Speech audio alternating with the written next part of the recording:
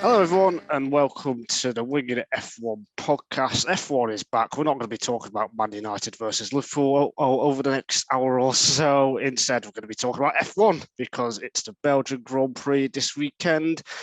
Freddie is off on a holiday in New York, I think, probably watching the tennis or something. I don't know. But Adam is with me, and we've got our 7th ever guest. It's our first Scottish guest, our first guest with kids. It is our boss at Total Motorsport, David Schiavone, or Dov as we call him. Are you all right? I don't know why you're bringing my kids into this, Nigel. Just leave them alone. Yeah.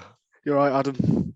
I'm good, yeah. I think David's just discovered how winging it we are. Yeah, I'm good. I'm doing it from another new location. I think like 10th or 15th. He's the 7th guest. This is like the 10th different backdrop I've had doing these podcasts. So, yeah, I'm good. Yeah. I think this is like my 4th or something, but you know. Anyway, let's talk about F1. I was going to say it's the second half of the season, but there's only 9 races to go out of the 22. We're going to first talk about which drivers need to, I guess, perform / save their seat for this season. So, Adam, do you have 2 or 3 names who come to mind in terms of who needs to perform? Yeah, I mean, to be honest, like a lot of the bottom half of the championship, really, I think from about Daniel Ricciardo down, it's only really Gasly and Albon who I think are kind of safe or don't have maybe that pressure going on. But I think there's really a lot. I don't know. I think there's a lot of drivers in terms of saving their seat. The list is maybe a bit less. I think Latifi would need a very big second half of his season, and we've spoken about Tsunoda, whether his seat's that secure. But yeah, I think there's I kind of think in the bottom half there's not really many drivers who will be pleased, who would kind of take a repeat of the first half of the season, to be honest. Who do you think needs to perform, I guess, the most of? Probably Latifi. I mean, aside from the top, obviously Leclerc and Verstappen. But kind of in terms of like saving their F1 careers, then Latifi really needs to have a kind of George Russell, Williams second half of the season to be up there, to be honest. So obviously at the top, I guess every driver that is Mercedes will want to get their first win of the season. Leclerc really needs a flawless end of the season to have any chance at the championship. And Perez, we've spoken about him as well. He's maybe not, the car's moving a bit away from him. Freddie's been on that train for a few weeks. So if it does carry on that track, then he'll be in a bit of trouble. But yeah, I think it's the drivers at the bottom of the grid are under more pressure than the top. Yeah, Dov? The one name I think you kind of missed out was Mick Schumacher. Yeah. Because obviously last season when he was against Mazepin, does that really count? I didn't think so.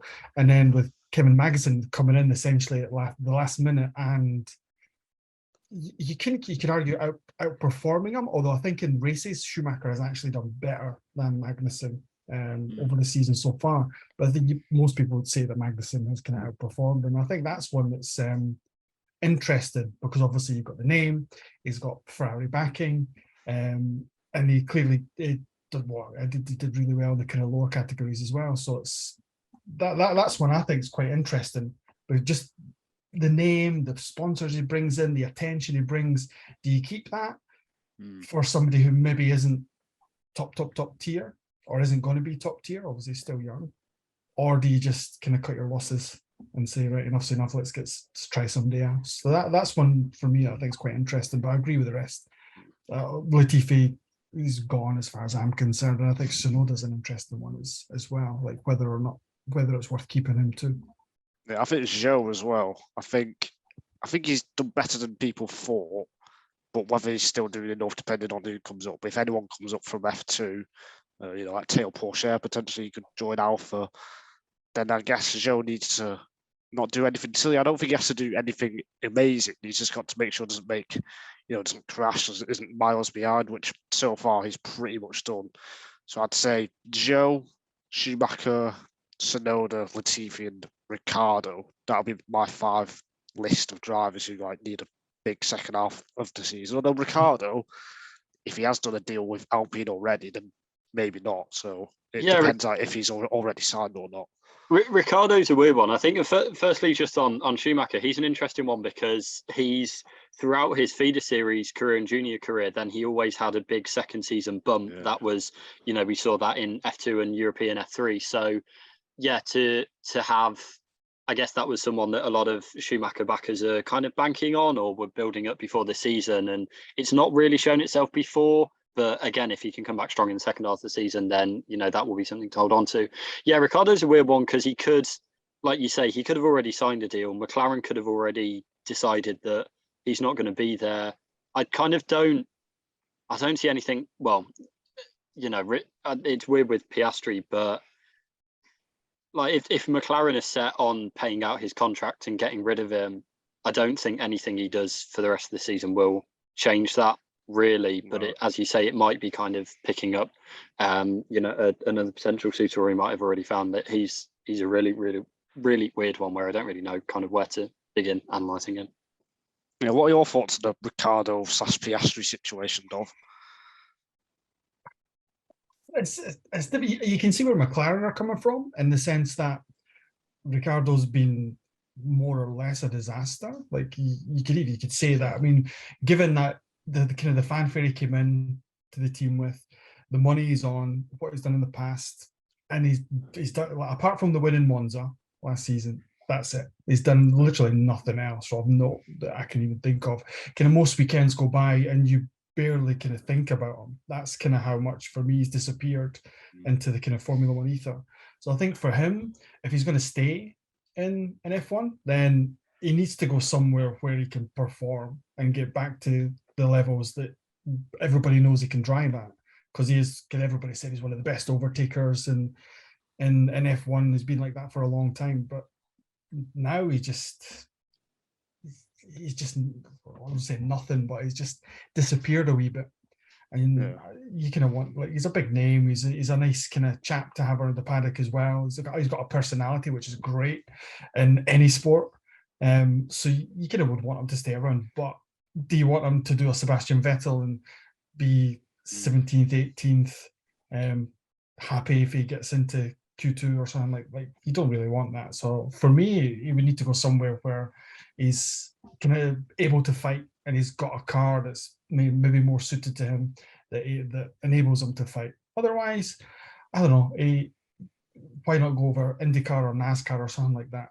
Because he's a big name. So I mean, if he's not going to challenge for any F1 titles or anything like that in the rest of his career, so why not go over and have a go at IndyCar or NASCAR, because he does like those series as well, so why not? Yeah, absolutely.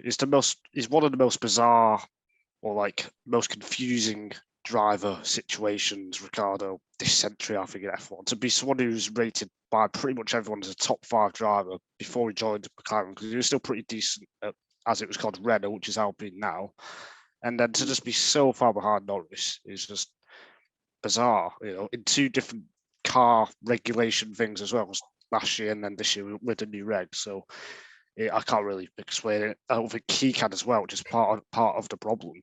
So he knows where he's losing time, but doesn't know how to improve it almost. So it's kind of quite sad, kind of listening to him speak each weekend. Cause it's like, we know we're losing time in this sector, but just can't find a way around it. And it was one of, if not the first podcasts we did, which I wouldn't recommend anyone listening back. But I think we talked about Alonso, Sainz, and Ricciardo, who were all on that merry-go-round or carousel switching seats, and who was going into the best position. I think we all said Ricciardo, and it's just a sign of how quickly things. And that was the consensus, really. It felt like for a lot of the F1 media. So it's just like you say, it's such a strange case of how someone can fall from grace that quickly.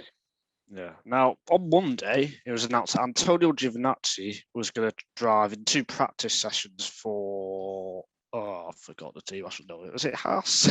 He's going to drive at USA and Monza.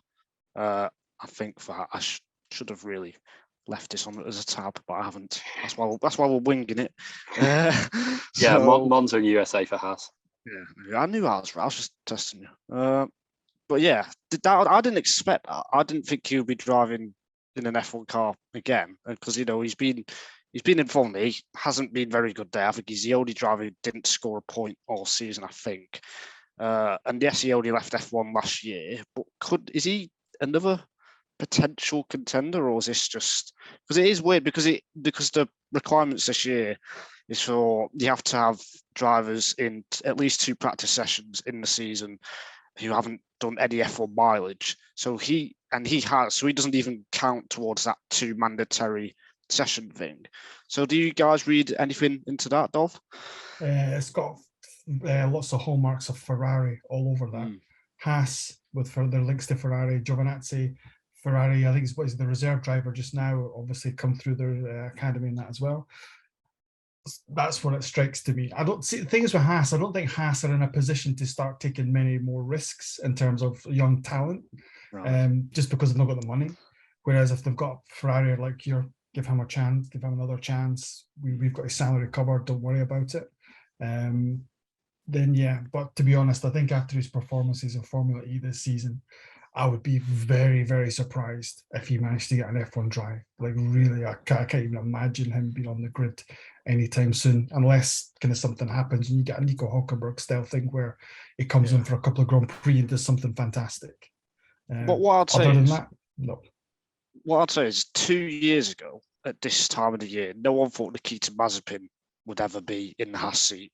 And then it happens most years actually. There's probably plenty of examples where in August, September, you don't expect a certain person to be in F1, and suddenly, a few months later, they are. So it could be one of those. Have you got any thoughts on that, Adam? Yeah, I think that's a good point. F1 is always unpredictable, but I just can't. With Mazepin, you could at least see the path where he would, get into an F1 seat, and it was a lot of money and finishing in the top 5 or 6, whatever he needed for his super license points. With Giovinazzi, I just don't get how anyone really benefits. I can't see Ferrari wanting him, and I know he's done like kind of bits and pieces with their sports car. He raced in Le Mans before he started in F1, I believe, for Ferrari. But the fact that he's not done anything since is a bit weird. So I don't know whether it's for that or whether they just want to keep him in because he's Italian in the Ferrari setup. I don't know. It's just, I agree with Dov. It kind of smacks of Ferrari wanting to, kind of throwing their weight around a bit. But I don't really think we ended his F1 career with many uncertainties about Giovinazzi. It felt like we knew what he was and what he wasn't. So yeah, it's a really straight. It's not in itself. It's not that big because it's a practice session at tracks that they've been to a million times before, or they know well, and it's not. I don't think Haas kind of lose out that much by it, but I just don't really see who gains apart from Antonio himself. And like you say, his Formula E's been poor this season. Even I know that. So yeah, it's really bizarre. And it might be nothing, but yeah, I just can't see where the motivation is for someone putting him into the seat. So we're all thinking it's a 1% chance that he'll be back in F1. I would put it less than that, Nigel. Really, honestly, I think you're struggling to even get 1% at all. I think there's definitely in a full-time seat. I guess, like you say, if there's a driver injury, then he might be the first person to step in one of the Ferrari seats. But that's the only way. And even then, that's not going to be. I don't think that's going to have any long-term prospects. So yeah, for a full-time seat, I really just don't see any way. But I could be wrong. I have been many times. many times. Teo Porsche, you wanted to speak about him a little bit, Adam, before we talk about all things Belgium. He said he isn't going to be racing in F2 next year. So, does that mean he's got something signed up with F1, or is that just him trying to put pressure on other teams maybe? Or, is there something that we don't know? I think it might be trying to put pressure on him. On other teams. But I just think it's about 2 or 3 weeks ago, by the way, I should say. I just think it's a really kind of interesting tidbit because he's done 2 and a bit seasons. So he was in F4 as recently as 2019, and then he did 1 season of F3 and then did a bit of F2 in that season, and then has done full F2 seasons the last 2 years. So he's a bit like Tsunoda, kind of catapulted very quickly, but he's kind of been stuck in F2. So yeah, I think you mentioned earlier with Zhou that he'll need to, you know, keep a standard for the rest of the season to, you know, keep off the pressure of Porsche. But with, you know, a few seats potentially being open and maybe teams looking around at the last minute, because at the moment we've got one driver split between 2 seats. So I think he's maybe trying to put himself in the shot window there, but I just think it's quite certainly an interesting time to make the announcement of Formula E, because he did some testing for Formula E. So he could go and get a drive there. I mean, he's only 18 as well, so I think if you can keep him in Formula E and have a season there and he does well, then that could set him up nicely to kind of make the jump across. Yeah, Alex Albon was meant to do Formula E in 2020. Is when he lost the Red Bull seat. So it would have been 2020, I think. Yeah, it was end of 2020. He actually did a test for Nissan, but then, would this have been last year? I can't remember. I'm losing my mind. But anyway, he did a test in Formula E for Nissan, and then he ended up getting back into F1. Or something like. Wait, no, was it before he got his Toro Rosso seat? Yeah, I think it was his first F1 season. Because that was quite late. Sorry. Yeah, it was that. Yeah, it was for him to join F1. Yeah, because I don't think he expected it. So this would have been 2019. There we go. Yes, from the very start of 2019. There we go. Got there in the end. Yeah, so he did a test for Nissan in Formula E, and then he was going to do a Formula E season, but then he jumped to F1, so it could be something very similar with Porsche. Are there any other F2 drivers we think that could, you know, get onto it? I know we did a predicting the 2023 lineup thing a few weeks ago, but I can't remember what I said. I think the only other ones mentioned were Sargent. I mentioned Porsche, obviously. But I think apart from them, someone mentioned Drugovic. Oh yeah, Drugovic. Apart from them, can't remember what. We're not getting on the Vips train, no. that one's away. I don't think he's quite good enough anyway. Oh God. Yeah. I don't know. I think it's definitely an interesting one with Porsche. I think the Formula E is a good shout, but I do, you know, like what happened with Albon, or if Red Bull decide that Tsunoda isn't their future and they could bring him in, I think there'd be kind of potential there. But yeah, I think it's probably about him trying to put himself in the shop window, but I think he timed it very well to announce. Other than that, I don't know.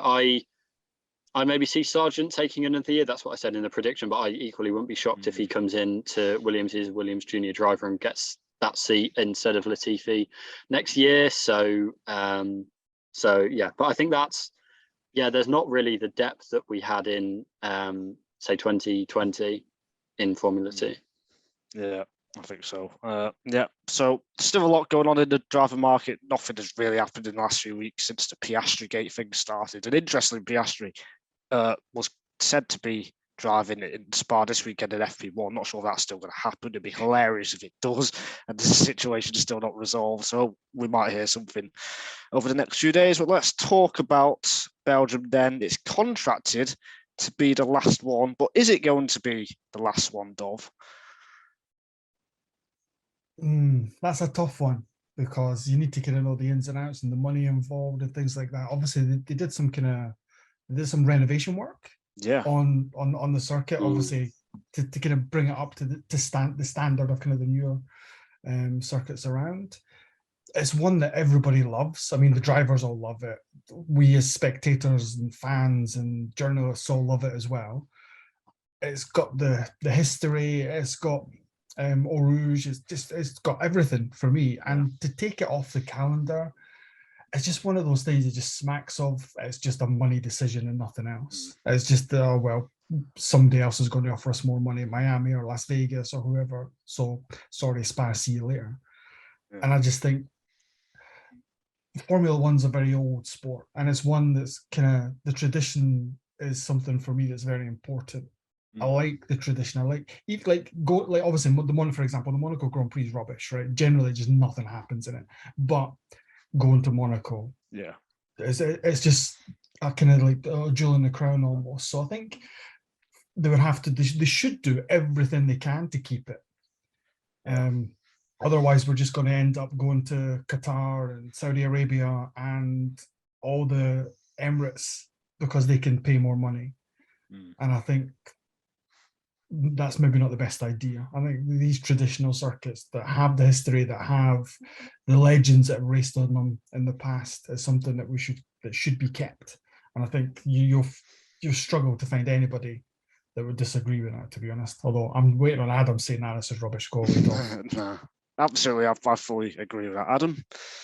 I would be absolutely staggered if it is the last Belgian Grand Prix ever. Like, really, I don't think as kind of mercenary as F1 is, then there is that higher tier. And, we've seen Grand Prix just, in the last 10 years or so, we've had the Austrian Grand Prix return from big hiatus, the Dutch Grand Prix and French Grand Prix come back as well. So I think, even if it is the last one for a while, I don't think it's going to be the last one forever because things do come back. But even having said that, like, it's one of the original 4 1950 Grand Prix, and there's only, I think there were 7 that season, and one was Indy 500, one was Switzerland, which banned motor racing, and then one was the French Grand Prix at Reims, which had about 4 corners. So there's not been a circuit of that history drop off the calendar in a very, very long time. There were talks about whether it'd share a spot with Paul Ricard, which would be pretty rubbish, but I don't know if that was a while back. That was at the French Grand Prix, so I don't know if there's been more recent updates on that. But yeah, I think fundamentally I don't see it dropping off the calendar, at least fully. I think at the minimum it will be on a rotation with another circuit. I really hope it is, and I really hope it does stay because of all of the reasons you've said, and it is that link. It's really the only track that I can think of that caliber and that status that has dropped off the calendar is, I was going to say, the Nordschleife that has dropped off the calendar, and that was for entirely different reasons. So, for all F1 is, an evolving sport and is a money grabbing sport, then I think there are cornerstones that they'd like to hold on to. At least I'd like to hope so. And, we saw, but it has been leaving. I mean, Williams were the last, privateer team to go, and that was about a year ago. Was it a year or 2 years ago? So yeah, I'd really like to believe that it will stay, and yeah, I really hope so. And I kind of can't see it, but nothing about F1 would surprise me in terms of letting go of its heritage for more money, to be honest. Yeah, I mean, imagine the fan react. Well, no. Of course, they'll say they care about the fans, but what does this money is, the real factor. But the fan reaction would be absolutely crazy. I think, if they have, when they announce the calendar for next year, the spot isn't there, it would just be mad. And I think I'm optimistic because I remember a few years ago Monza was being talked about not being on the calendar, and now it seems pretty set. That F1 is going to be at Monza over the next few years. So I Silverstone kind of about 15. Yeah, Silverstone as well, loads of times. Yeah, just talk about moving it to Donington, that kind of thing. That was like 10, 11 years ago now, and then they made a whole new section. So one point I would say about that is, in the past they were negotiating with Bernie. And I think, the way that he liked to do things is he would let the time run down in terms of contracts to as short as possible to get a better deal for him in Formula One. But he knew that, these old tracks like Monza, Silverstone, or whatever would stay on the calendar. But I think with the Americans, because Liberty Media, in my opinion, they don't really care about the history or the nostalgia. They literally, their bottom line is, how much money can we make? End of story. And I think that's the main point in terms of the negotiations with all the circuits is, how much money does this bring in for F1? If they get a couple of tracks where it's negligible, say you're choosing between Spa and Miami or something like that, if the money's negligible, you'd maybe take Spa because of the history.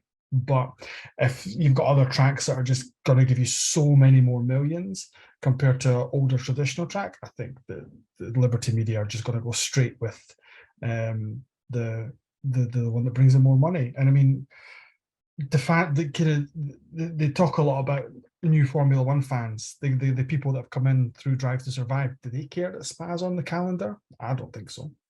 I don't think they could care less, because they'll just be like, "Oh, is the racing good? Does it make a good series on Netflix?" That's all they really care about, and they're the ones that are driving Formula One into its new era. So it's ultimately, as with everything, it comes down to money, and that's where Liberty will go to. And I think as well, even the big, kind of classic F1 fans, or ones that haven't just come in through the last few years, even serious F1 fans, like, as much as we'd all not want to see Spa off the calendar, there's only so much that you can do, and I don't think that many people are going to stop watching altogether or cancel their F1 TV subscriptions or whatever because it's left. I think whatever, if it is off the calendar, there'll be a big fuss kicked up at the time, but I don't think there'll be that much long term. I don't think there is that many long-term things that people can do. It never happens, Adam. It never happens. People say, "Oh yeah, we're going to cancel." Even after Abu Dhabi, all the people going crazy. That's it. I'm never watching F1 again. I'm canceling everything. And then 2 or 3 months later, they've forgotten about it and they're all ready for the first Grand Prix of the season. It happens in every single sport, no matter what goes on. You get the initial kerfuffle and like crazy reaction, especially now with social media. But then it gets forgotten about really fast. I mean, like, are you going to stop watching Formula One because Spa's not on the calendar? And it's you need a European Super League level of response, because that's the only thing that I can really think where fans have made a difference, and it's just not going to have that. F1's not big enough. There's not, obviously, as F1 fans, everyone loves Spa, but there's not that emotion, tied into it. That's the only kind of example where it has ever made meaningful change. So but having said all of that, I'd still be very surprised to see it go. But there's a possibility, and like you say, it's not. Bernie was still an F1 man. Liberty aren't. They are exterior. Yeah, absolutely. Where do we rank Spa kind of in our top 5 or top 10 tracks? Is it right near the top? Is it falling a bit? Because for me, I think I know they've brought back some of the gravel traps and that kind of thing, but it used to be gravel absolutely everywhere. Eau Rouge was a lot tougher as well, so it's probably dropped like 4th or 5th behind a few tracks. I'd say 15 years ago it'd probably be number 1 or number 2, but probably not now, I think. Yeah, it's a difficult one because as well, there's not been a great Belgian Grand Prix in a while. Obviously, last year's was a complete farce, but there's not, it's kind of the Mercedes track, and Leclerc won there in 2019, but there's not been that one where it's like, yes, that is really that is going to go down in history as far. So, and I think in terms of one to go to as a fan, it's still way up. I don't know, I'll probably have a top 3 of about 8 tracks, but it would be in contention to be like my top 3 or 4 as a fan to go to. But yeah, as a track, as a race I look forward to, I think you're right. It's probably fallen down a bit. It'd be in the 5 or the 6 to 10 range for me rather than the first 5, I'd say. I don't know where I would rank it. It's just always one of the ones that you don't want to miss. Just because I think there's a level of unpredictability at Spa, as we've seen last year, where we thought we would see a race, and that didn't even happen. But can I go back? Like, obviously, I'm a wee bit older than you guys. I can kind of remember, like, one of my favorite ones was when Michael Schumacher went into the Baku coulthard and then went to kill him. Yeah.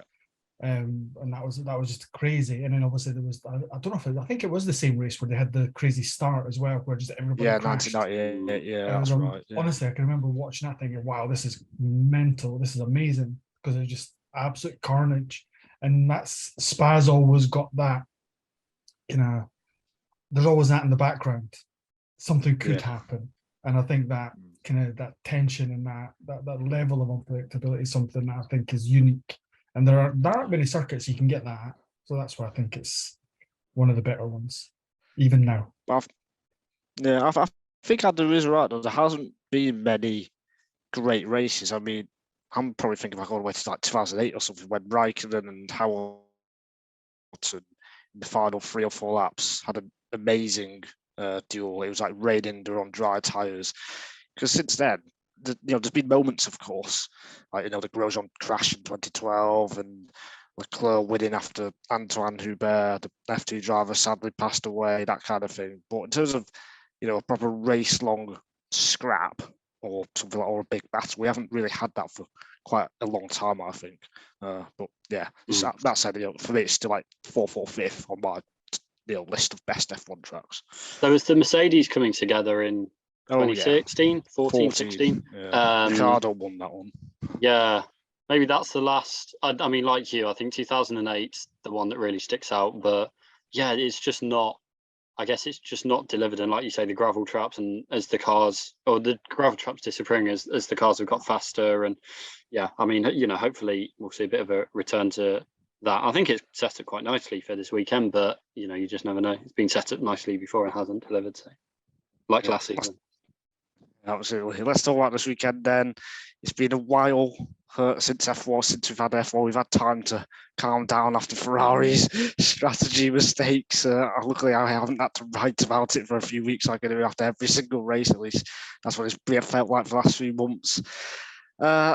Is it a must-win for Ferrari, do you think, Dov? Because I think it has got to that stage now. 80 points behind is Leclerc. It's got to be a must-win, right? What was it? Was it after Hungary? When Binotto said that Ferrari have to win all the rest of the races. Silverstone? I may be the one before. I can't remember exactly, but I remember it when there was 10 races to go. So the one before last, in France, that was after. He said that Ferrari need to win every single race from now to the end of the season. It looked like they were going to start well in Hungary, and somehow they managed to screw that up. If they don't get a win in Belgium, then it's pretty much finished anyway. But I think then you can pretty much start writing your Max Verstappen World Champion articles now, and there'll be no issues with having to change it or anything like that come the end of the season. I think, Adam, you wrote an article that's still to be published about is it the constructor's title or the driver's title? Basically, history says that already. Whoever's led after Hungary has won it. I think all the way back to 03 or 02. Yeah, it's going to be so. Ferrari are going to have to do something genuinely amazing. Genuinely, given the state that the team's in terms of organization and decision making and stupid mistakes and even luck. So like luck does play a part sometimes. Everything is going to need to turn around for Leclerc to win the driver's title and Ferrari to win the constructor's title. And I think knowing Ferrari, and having known Ferrari for a long time, Michael Schumacher's not there anymore. It's just not going to happen. As sad as it is to say, is that it looked like we were going to get an amazing season, and we have done, but it's been an amazing in a different way. And now you've just seen a team completely implode. It's possible. Everything's possible until it's not, but this one is not possible. Yeah, I think they pretty much, even if they, if Leclerc and Verstappen finish 1-2 every race and Leclerc gets fastest lap, I think they'd still only win with a margin of something like 20 points. So that's what they're playing with. That's, if everything goes perfectly, or I guess how it should, then it's not going to work for them really. Or, they've just got such a fine margin to make it work. So they need to absolutely win and really get a 1-2 and hope that Mercedes can help them out at the tracks that they're strongest with. And they still need to beat Red Bull at the tracks that Red Bull is stronger. And the way they'd have to do that is through probably, good strategy and being able to outfox them. And they've just not shown they're able to do that. So I guess, like I said at the start with Giovinazzi, I don't really see a path that they do win it. But on the plus side, if they do, then it will be one of the biggest, most historic stories, comebacks ever. So there's that to, I guess, hold in hope. Yeah, we've got 3 races in the next 3 weeks. It's the only triple header of the season. Spa, Zandvoort, Monza, I think Ferrari probably have to win them all just to get some momentum going. But I think the thing for me is, and Dov's right, even if Ferrari had the fastest car by half a second at the final 9 races, I still wouldn't trust them with strategy or the engine blowing up or mistakes from the drivers or the team. Because, and that one DNF and bang, the back to 3 or 4 races, it's taking 4 steps forward, 1 massive step back kind of thing. So that is the problem, even if they have the best car, which I don't think they will anyway, because I think Red Bull, every team's going to be bringing some big upgrades this weekend because of the new regs. So you can develop more in this early phase of the new regs. But I still think it's going to be quite close between Red Bull and Ferrari anyway. So the chances are very slim. There is a new technical directive. It's very technical. Not even I understand it. And I'm an absolute nerd about F1, but I will read what it's about in case the listeners or viewers want to know or have forgotten about it. So this was announced a couple months ago now, I think, that they're bringing in some new tests, basically to see how the teams are controlling their porpoising and the flexi floors, because there's a big debate about our teams, let's say, cheating or taking advantage of the rules in terms of flexible floors. So there's going to be some tests about that. Red Bull and Ferrari have said that they won't have the cars too much. Whether they're just saying that, I don't know. But do you really think the pecking order is going to change that much because of that, guys? I don't see it personally. I mean, I think Mercedes said that they thought it will take 2/10 off Ferrari and Red Bull, but they seem very optimistic. I don't know whether that's because they really need to have any chance. It seems like they were pushing for it, doesn't it? Yeah, I mean, I don't know. I think it's it's just the F1 thing of trying to scrub as much speed off your rival, or taking any avenue that might hinder your rivals if possible. So yeah, they kind of seem hopeful that it will. I don't really agree with that optimism, to be honest. Yeah. Any thoughts, Dov, on it? Or no, honestly, I think at this stage of the season, I think you're going to pretty much see the same teams in the same order. Really, you're not going to get, unless there's a crazy massive upgrade. But I think with the cost cap, it really kind of stops teams bringing in huge developmental upgrades mid-season. So I think Mercedes might get a bit closer if the directive hurts Red Bull and Ferrari, and the suspicions of Red Bull and Ferrari using the flexi floor thing to their advantage if that's the case. But I still think that Ferrari and Red Bull are so far ahead of everybody else that it's at this stage it's going to be too much for Mercedes to kind of catch up. They might be able to do something on specific tracks where their car works better. Other than that, I think there might be a little bit closer, but you're not going to see much else. But saying this is the thing. Like, we think this, but then Formula One will bring up a crazy surprise, and a little tweak here and there will completely ruin somebody's kind of developmental path and bring somebody else into it that you never have thought. But I think this is our fight. Red Bull and Ferrari, we're going to see. And in next season, we'll see what the technical directives and regulations bring. But now, no. Yeah, I think you're right there. And who do we think is going to come out on top this weekend? Pole position. I feel like we've not done this predictions thing for a long. I don't think we've done it for the last few races. Not been any races for a month, I think even like the last few ones we haven't done it. But yeah, pole position and win. 1 word each. Well, does it have to be the same word for both? Well, all right, 2 words for the 2 answers then. Leclerc, pole, Verstappen, win. Okay. Leclerc. I think you say that every single weekend. Well, to be Saturday's Leclerc shoe-in. Saturday's when Ferrari get everything right. It's Sunday when they screw everything up. So, but you need to be hopeful, Nigel. You've got to think positive, and I'm positive that Charles Leclerc, Ferrari, they've had a few weeks to say, right, lads, come on, let's sort this out. And then they're going to go and just sweep the board. 9 victories, 9 pole positions, 9 fastest laps. Max is going to DNF in 9 races, and it's going to be an easy World Championship for Leclerc. How about that? There's a prediction for you. I wouldn't be surprised if Leclerc's just spent the last 4 weeks rocking in a dark room somewhere, to be honest. Just crying, like, how did this happen? Nigel? Anyway. Oh, yeah, my prediction. No, I think it is going to be Leclerc. I think Ferrari are going to get a 1-2, actually. I think the high-speed nature of Spa, although that said, I've just remembered, I think they're going to be taking grid penalties. Because Leclerc's on his third, because, well, he took a grid penalty in Canada, but out of all the tracks, this is the one to take it, isn't it? Because he can overtake and he can race. And actually, Verstappen could as well, because he had a problem with one of his engines. So they're not going to take it in Monza. Yeah. Yeah, so I think we could see a few grid penalties, actually. I just remembered that. So it's not going to be a Ferrari 1-2, actually. thinking out loud. I'm going to go Mercedes are going to win. Then, yeah. Yeah. I don't see Mercedes. Hamilton.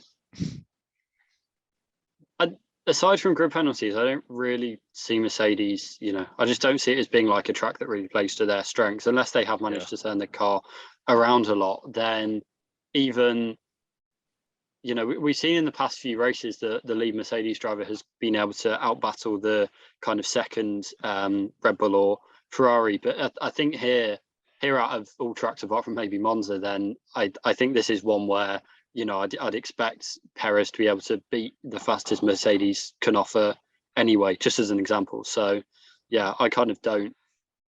Yeah, I don't really see it, but we'll see. Although there is wet weather forecast on Saturday and Sunday. Hopefully not as much as last year, obviously, but so that could, that extra factor could help Mercedes as well, yes. But that'd be interesting. Be interested to see who came out on top between Russell and Hamilton there, because I think it's 1-1 at the moment in wet weather. Yeah. But yeah, grid penalties, Ferrari problems. It's just a normal F1 weekend. So yeah, I think that's pretty much everything. We will hopefully be back for a small review, depending on holidays and time off from work and stuff. But yeah, so until then, thanks Adam, thanks Dom for a one-off, hopefully many of a few appearances. Pleasure. Yeah, Pleasure. Until then, we'll see you next time. Yeah.